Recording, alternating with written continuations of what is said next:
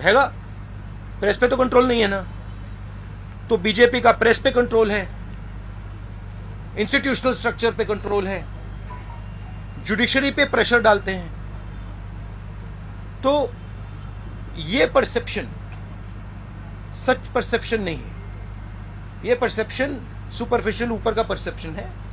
मगर अगर आप नीचे जाएं और जनता से पूछें तो आपको बहुत एकदम दिख जाता है कि जनता क्या कह रही है और ऊपर परसेप्शन क्या बन रहा है, उसमें फर्क है। संजय खांडेकर पुण्यनगरी कन्याकुमारीपासून कन्याकुमारीपासून तुम्ही जी पदयात्रा सुरू केलेली आहे भारत जोडोची। सॉरी, एक मैं थोड़ा इसमें और कहना चाहता हूं। देखिए, हमने ये सब एवेन्यूज ट्राई की,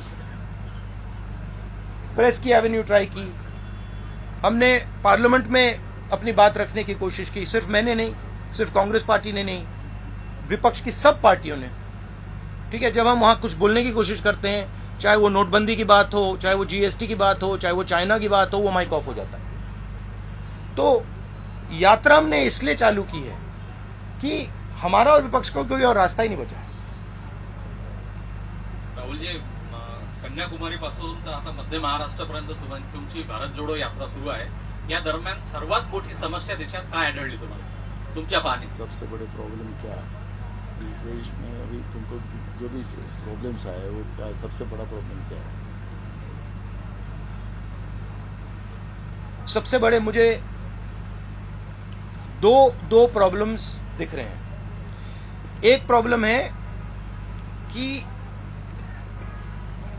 युवा को यह भरोसा नहीं है कि उसे रोजगार मिल सकता है, चाहे वो कुछ भी पढ़ ले, किसी भी यूनिवर्सिटी में चला जाए, सर्टिफिकेट मिल जाए, मगर वो आपको गारंटी करके ये नहीं कह सकता कि अगर मैंने इंजीनियरिंग की ट्रेनिंग की है तो मैं इंजीनियर बनूंगा या मजदूरी करूंगा।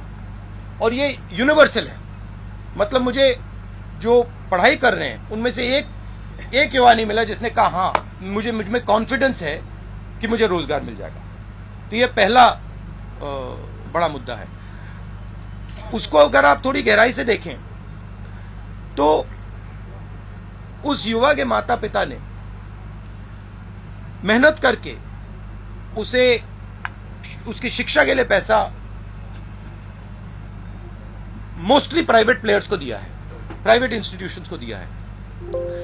एक तरफ वो दिन भर काम करते हैं, दूसरी तरफ महंगाई बढ़ती जा रही है, और तीसरी साइड जो उनका भविष्य है, उनका जो बेटा हो या उनकी बेटी हो, उसका रास्ता बंद है। तो पहला प्रॉब्लम ये है। दूसरा प्रॉब्लम किसानों का प्रॉब्लम है, जो देश को भोजन देता है, जो प्रोडक्टिव एलिमेंट है हिंदुस्तान, उसको कोई सपोर्ट नहीं, उसको कोई मदद नहीं है, उसको सही दाम नहीं मिलता। वो बीमा भरता है, उसको जब आंधी आती है, तूफान आता है, उसको मतलब पैसा नहीं मिलता, कर्जा माफ उसका कभी नहीं होता। तो ये दो बड़े मुद्दे, बड़े प्रॉब्लम्स दिख रहे हैं। और तीसरा जो है जुड़ा हुआ है कि सब लोग ये कहते हैं कि अगर शिक्षा में हमें पैसा देना पड़ रहा है, अस्पतालों के लिए हमें पैसा देना पड़ रहा है, मतलब सरकारी अस्पताल नहीं बचे, सरकारी स्कूल्स कॉलेजेस नहीं बचे। महाराष्ट्र में तो स्कूलों को बंद किया जा रहा है, 20 बच्चों से अगर कम है तो उनको बंद ही करा जा रहा है।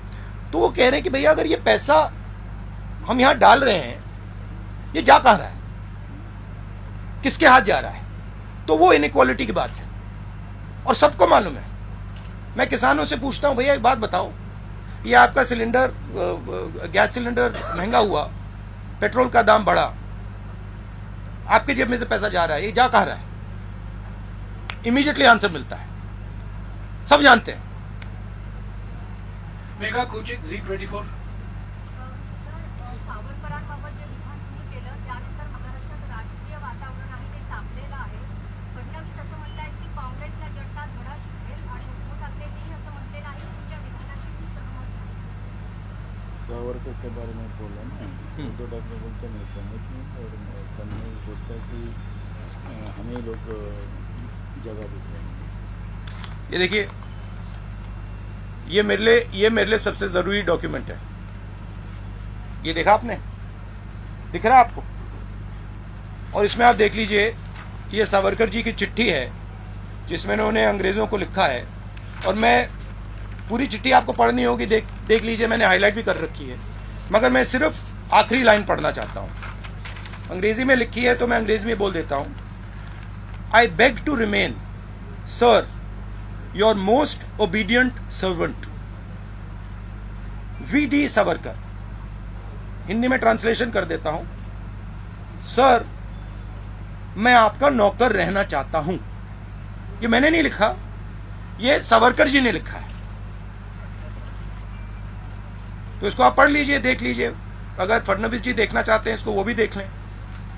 तो मैं तो इसमें बहुत क्लियर हूं, सावरकर जी ने अंग्रेजों की मदद की थी।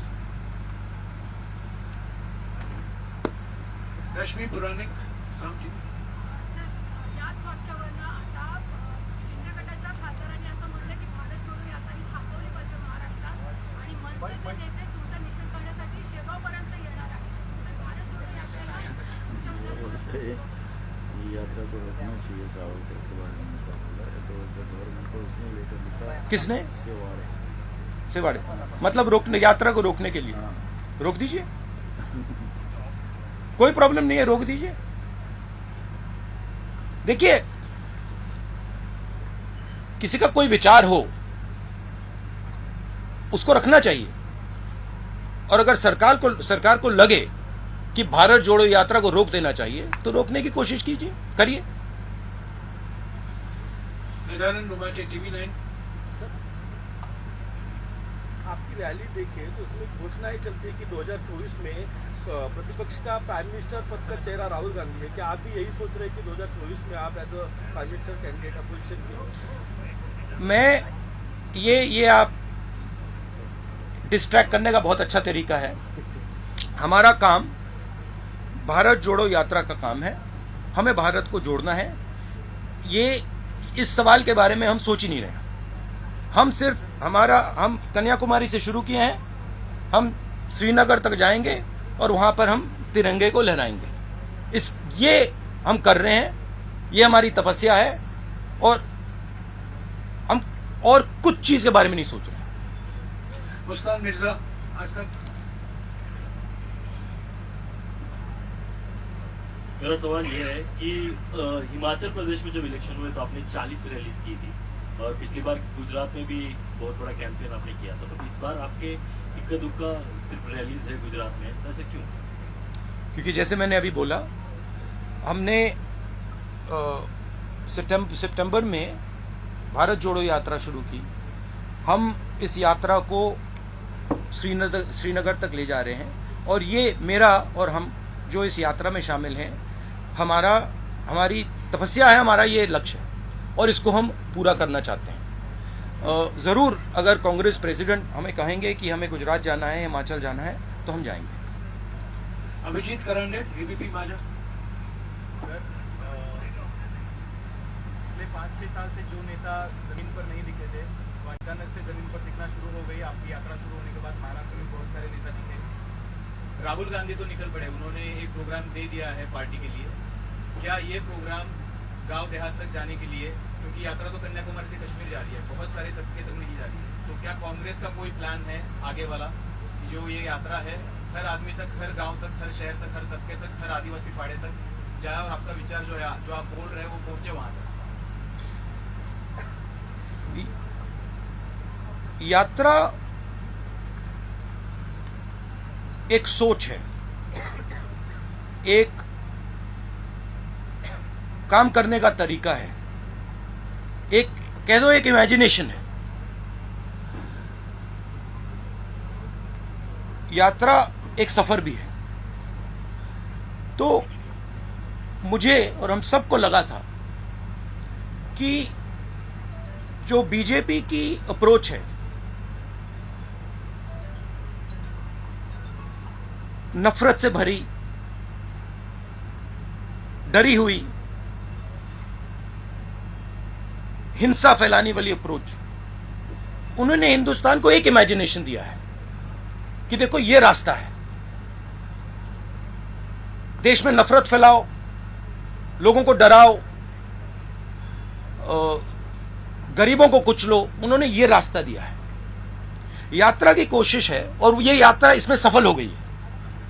यात्रा की कोशिश है कि देश को बताना कि देखिए सिर्फ ये तरीका नहीं है, एक और तरीका है। जयराम रमेश जी ने कहा कि हमने प्रेस से 6-7 बार बात की है। आपने अभी कहा कि बीजेपी के किसी नेता ने कहा कि यात्रा को रोक देना चाहिए। मैंने ये यहां तो नहीं कहा ना कि वो बिल्कुल गलत बोल रहा है, उसको चुप कीजिए, उसको मारिए, उसने कैसे बोला, नहीं। मैं कह रहा हूं देखिए उसकी राय है, अगर वो सोचता है उसको रखे, और अगर सरकार सोचती है कि इस यात्रा से देश को नुकसान हो रहा है तो रोक दो, कोई प्रॉब्लम नहीं है। ये काम करने का एक बिल्कुल अलग तरीका है, प्यार का तरीका, भाईचारे का तरीका, रिस्पेक्ट का तरीका। तो ये दो हमने विजन दिखाए हैं। अब यात्रा जो हमने रखी है, जो हमने की है, इसमें से पॉलिसीज भी निकलती हैं। अगर वो कहते हैं कि भैया देखो किसान को कुचल दो, किसान को सही एमएसपी मत दो, किसान को बीमा का पैसा नहीं मिलना चाहता, तो इस यात्रा के इमेजिनेशन से एक और तरीका निकलता है। किसान की बात सुनो, किसान से गले लगो, किसान की इज्जत करो, तो इससे पॉलिसीज भी निकलती हैं, इससे एक्शंस भी निकलते हैं। अब कांग्रेस के सब लोगों को लग रहा है हाँ भैया चलने में फायदा है, राजनीतिक फायदा है, लोगों से बातचीत होती है, सीखने को मिलता है, प्यार मिलता है, वजन भी कम हो जाता है। तो अलग अलग फायदे हैं, अलग अलग जो भी चाहता है वो फायदा ले सकता है। मगर मेन मैं बात यह कहना चाहता हूं, ये दो अलग इमेजिनेशंस हैं। एक मैंने यहां पे आपको सावरकर जी की चिट्ठी दिखाई, एक वो इमेजिनेशन है, और एक आपने पहले गांधी जी की बात की, वो दूसरा इमेजिनेशन है। तो ये देश में इन दो इमेजिनेशंस की लड़ाई है। सावरकर जैसे नहीं, no supplementary please. No supplementary please. No supplementary. Ravindra Ambedkar please सुनिए। नहीं देखिए, नहीं जयराम बोलिए। देखिए आप एक बात समझिए, ये मेरी राय है, ये मेरी राय है कि जब सावरकर जी ने ये चिट्ठी साइन की, गांधी जी, नेहरू जी, पटेल जी, ये सब सालों जेल में रहे, कोई चिट्ठी साइन नहीं की। मेरी थिंकिंग है कि जब सावरकर जी ने इस कागज पे साइन किया, उसका कारण क्या था? उसका कारण डर था। अगर वो डरते नहीं, वो इसको कभी नहीं साइन करते। और इस सिग्नेचर में धोखा था। जब उन्होंने ये साइन किया, वो हिंदुस्तान के जो सब नेता थे, महात्मा गांधी, सरदार पटेल, उन सबको उन्होंने धोखा किया, और उन्होंने उनको कहा कि देखो तुम गलत कर रहे हो, तुम्हें भी साइन कर देना चाहिए। तो ये दो विचारधाराएं हैं। हमारी पार्टी में हम डिस्कशन करने के लिए तैयार हैं। अगर कोई सोचे कि नहीं भैया यात्रा को ऐसे चलाना चाहिए, हम प्यार से सुनते हैं, हम डिक्टेटर नहीं है यहां पे। मैं फिर से आपसे गुजारिश करूंगा, सप्लीमेंट्री मत पूछिए, क्योंकि और लोगों का टाइम घटेगा। Marathi news channel, digital news channel Ravindra Ambedkar. आप जिस विचारधारा का विरोध करते हैं, चुनाव आते ही आपके सारे विधायक उस विचारधारा के पार्टी में ज्वाइन हो जाते हैं। क्या आपकी इस भारत जोड़ो से इस समस्या का हल निकलेगा? और दूसरा है भारत जोड़ो नहीं, क्या एक सवाल रविंद्र प्लीज, एक सवाल आपने पूछ लिया, उसका जवाब देने दीजिए। एक सवाल अभी मेरे साथ एक शिवसेना के एमएलए चल रहे थे, वो कह रहे थे 50 करोड़ रुपए उनको ऑफर किया था, वो नहीं गए, बहुत सारे और गए। तो देखिए एक प्रकार से ऑपोजिशन की सफाई भी हो रही है। जो भी करप्ट लोग हैं, जो 10 करोड़ के लिए, 15 करोड़ के लिए, 50 करोड़ के लिए बिक जाते हैं, वो बीजेपी जा रहे हैं। अच्छी बात है। हिंदुस्तान में साफ सुथरे लोगों की कमी तो नहीं है, तो हमारे साथ आ जाएंगे। हमारे पास 12-13 मिनट का समय बाकी है। अब मैं हिंदी और अंग्रेजी मीडिया से सवाल लूंगा। अखिलेश मिश्रा, नवभारत है क्या? पूछिए ना, आगे आगे पूछिए। जब तक आगे आएंगे मैं अगले सवाल से पूछूंगा। संतोष गवाई, दैनिक भास्कर। तो माइक दीजिएगा, जल्दी जल्दी जल्दी। ये मैं आपको गिफ्ट दे देता हूँ और आप सबको कॉपी चाहिए तो सबको दिलवा देता हूँ। संतोष गवाई, दैनिक भास्कर प्लीज। एक ये मोहन भगवत जी को भी भिजवा दीजिए। माइक नहीं है क्या? जल्दी दीजिए। हाँ? दैनिक भास्कर। सही बात है ना, देखिए सच्चाई है। राहुल जी सवाल लीजिए। हाँ, एक minute, coming back to you, coming back. विदर्भामध्ये शेतकऱ्यांच्या आत्महत्या प्रचंड होतात. हे 6 जिल्हे शेतकऱ्यांच्या आत्महत्येसाठी हे होते. आता पूर्ण देशभर शेतकऱ्यांच्या आत्महत्या होतात. त्यासाठी आपल्याकडे की आपल्या लोकांचे विधान आहे का शेतकरी आत्महत्या थांबवण्यासाठी? आहे का शेतकरी आत्महत्या थांबवण्यासाठी? मैंने हिंदी अखबार से सवाल पूछा इस उम्मीद के साथ कि आप हिंदी में पूछेंगे और आप मराठी में पूछिए। कोई बात नहीं, विजय नहीं क्या हुआ? मराठी अखबारों के लोग हिंदी में पूछते हैं। ठीक है, पटोले जी अनुवाद कर रहे हैं। बता उसका सब आपने विदर्भा बोला तो मैं विदर्भ के बारे में थोड़ा सा बोलना चाहता हूँ। जब हम विदर्भ के बाउंड्री पे थे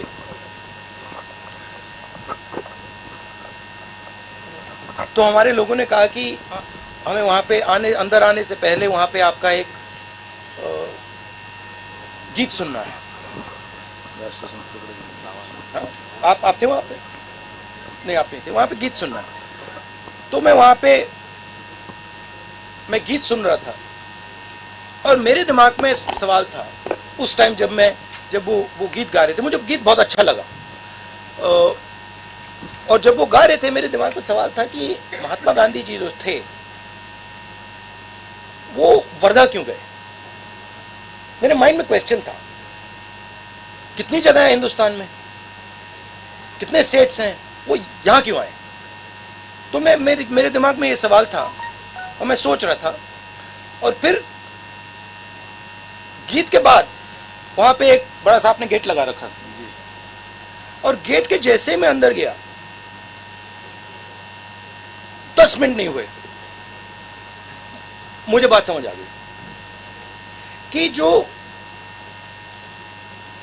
कांग्रेस की जो आइडियोलॉजी है वो एक्चुअली विदर्भ में है और जो नेचुरल कांग्रेसी होता है वो सब विदर्भ में बैठे हुए हैं। अब आपने बोला विदर्भ के किसानों की बात की।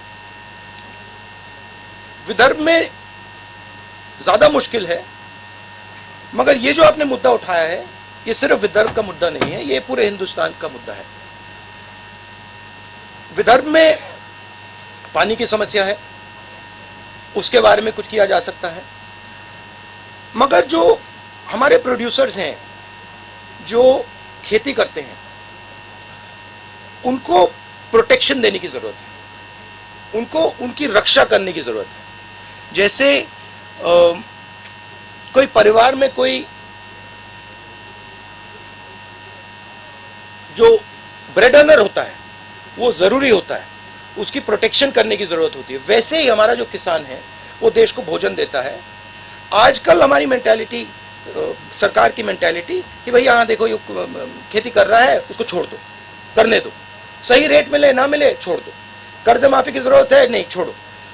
ये एटीट्यूड बदलना पड़ेगा, उसको सेंटर में लाना पड़ेगा, कहना पड़ेगा कि नहीं ये सबसे जरूरी चीज है और ये देश को भोजन देते हैं, ये 24 घंटा काम करते हैं और सरकार और देश का फर्ज बनता है कि वो इनकी रक्षा करे। अब रक्षा कैसे होगी? रक्षा उसको सही दाम देने से। हम न्याय योजना लाए थे, समझा दूं या आप जानते हो उसके बारे में? हर महीने हिंदुस्तान के सबसे गरीब लोगों को डायरेक्ट बैंक अकाउंट में पैसा, 72,000 रुपए साल के हर फैमिली को। तो उससे गरीब किसान के नीचे एक फ्लोर फर्श बन जाएगा, उसके नीचे वो गिर ही नहीं पाएगा। तो नीचे आपने उसको मिनिमम पैसा दे दिया, कम से कम पैसा, और साइड से आपने उसकी रक्षा की। आपने उसको जब उसको कर्जे की जरूरत, जब उसके कर्जा ज्यादा हो जाए, आप सेंसिटिविटी से सुनो, आप उसकी बात समझो। जब उस पर प्रेशर आता है, आप उस प्रेशर को रिलीज करो। तो ये सब काम बहुत आसानी से किया जा सकता है। हमने यूपीए की सरकार में ये काम किया था। और आप विदर्भ के किसान से पूछो, जब विदर्भ को दर्द हो रहा था, यूपीए ने एकदम यहाँ पे पैकेज दिया था। अखिलेश मिश्रा, नवभारत। राहुल जी, उत्तर प्रदेश में पार्टी आपकी बहुत कमजोर होती जा रही है, आपकी यात्रा उधर से क्यों नहीं जा रही है? ये जो यात्रा है ना, ये इसका लक्ष्य कन्याकुमारी से कश्मीर तक जाने का है। नहीं, आप चले गए, सवाल पूछ लिया। हाँ, जवाब नहीं चाहते क्या? हाँ, तो ये यात्रा कश्मीर तक जाएगी और कन्याकुमारी से ये शुरू हुई है।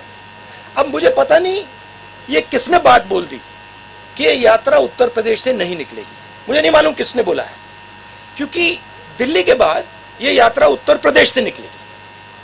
उत्तर प्रदेश से हरियाणा जाएगी, हरियाणा से पंजाब जाएगी, पंजाब से जम्मू जाएगी। तो पता नहीं ये मिस इन्फॉर्मेशन कौन फैला रहा है, मगर ये यात्रा यूपी में जाएगी। गजानन अवस्थी, लोकमत समाचार। एक मेरी एक्चुअली शिकायत है कि यूपी में थोड़ा और जाना चाहिए था, बट अगर हम थोड़ा और जाएंगे तो वो रास्ता फिर ज्यादा लंबा हो जाएगा। इसलिए हमने यूपी में शायद 2-3 डिस्ट्रिक्ट्स में हम जाएंगे, 3, 4, 5 दिन जाएंगे। मैं राहुल जी से निवेदन करूंगा कि उनके जवाब के कारण हम इसको 5 मिनट बढ़ा सकते हैं तो अच्छा। हाँ, बढ़ा। ठीक है, गजानन अवस्थी प्लीज, लोकमत समाचार। हेलो सर, राज्य के अभी की जो खस्ताहाल एक minute please, Gajanan Awasthi. Sir, राज्य की जो खस्ताहाल स्थिति है अभी महाराष्ट्र की, तो ये पदयात्रा का उस पर कुछ असर होगा क्या वर्तमान राज्य की स्थिति पर? नहीं, राज्य मतलब महाराष्ट्र के राज्य ये थी कि हाँ, पार्टी की स्थिति कमजोर नहीं है। महाराष्ट्र में कांग्रेस की विचारधारा, और ये मैंने जयराम रमेश जी से कहा, मैं आपको बताऊं सबसे अच्छा रिस्पांस महाराष्ट्र में मिला है। नेचुरल कांग्रेस है ये। और मुझे मतलब ये बात बहुत समझने को मिली है, ये यहां पे नेचुरल कांग्रेस है, मतलब ये डीएनए है कांग्रेस का। तो यहां कांग्रेस पार्टी मजबूत, कमजोर बिल्कुल नहीं। वैभव गंजापुरे, टाइम्स ऑफ इंडिया प्लीज। देखिए, फ्यूचर तो आप प्रेडिक्ट करते हो, मैं तो करता नहीं हूं, मगर असर जरूर पड़ेगा, पॉजिटिव असर पड़ेगा। वैभव गंजापुरे। राहुल जी, जब आपका यात्रा खत्म होगा कश्मीर में, तो आप क्या बदलाव देखते हैं भारत में, और कांग्रेस पार्टी को कैसा? एक सवाल अंग्रेजी मीडिया भी हिंदी में पूछ रही है। अच्छा है, ठीक है। Okay, how it will benefit Congress when you and your यात्रा इन Srinagar? Look, I am not a soothsayer. I cannot predict the future. But you must have thought something. You asked a question. Let me answer the question.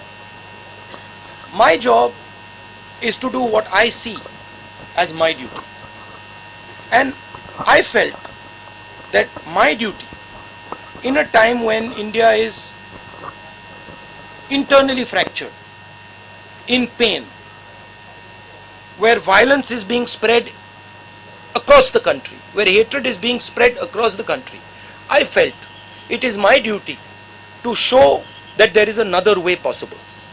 That there is a way possible where you are affectionate and loving to people, where you can disagree with them, where you can say, I actually don't like your views, but I can still go to you and say, I don't like your views, but I'm ready to listen to your views, and I'm not going to beat you because I'm more powerful. I'm not going to thrash you because I'm more powerful. So I thought it was my duty as an Indian citizen to place that on the table.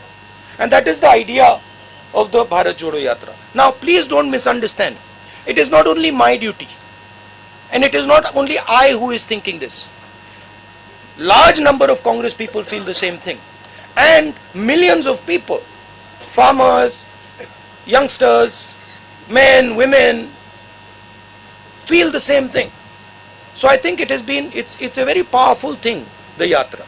And I think if people think about it with a little bit of depth, they will realize that the principles that we are putting across here are not just political principles. They are principles that you can use in your life. They are principles that you can use with your brother, with your sister, with people you are working with. A little respect will not weaken India.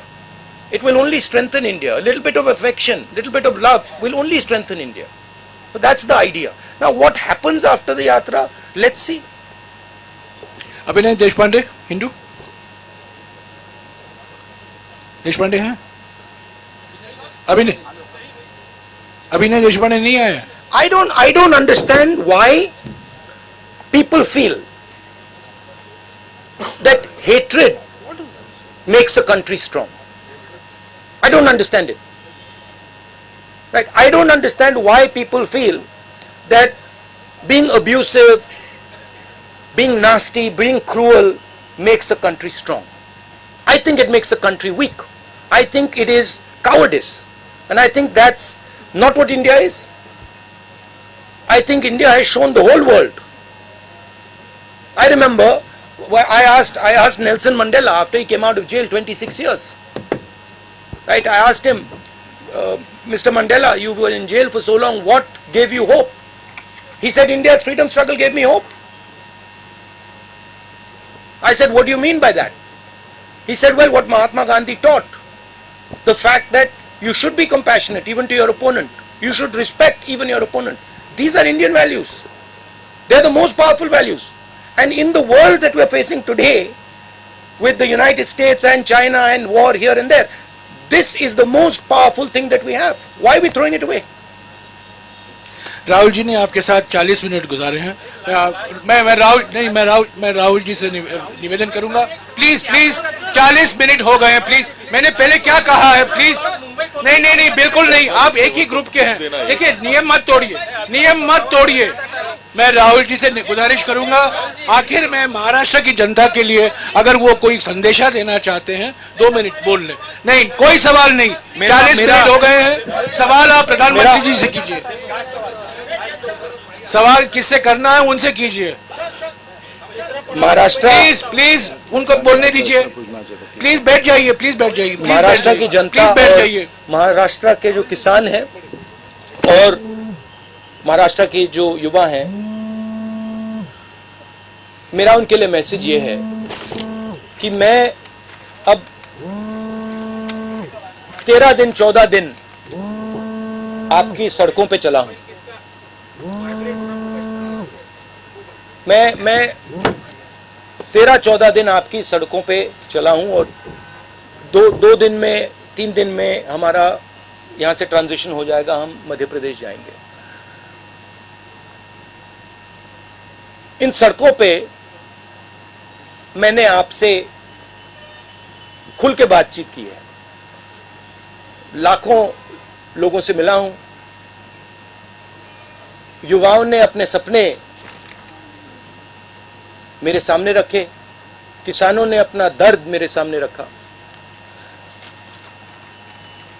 और आपने सबने मुझे बहुत बड़ा तोहफा gift दिया है। आपने मुझे इन सड़कों पे सिखाया है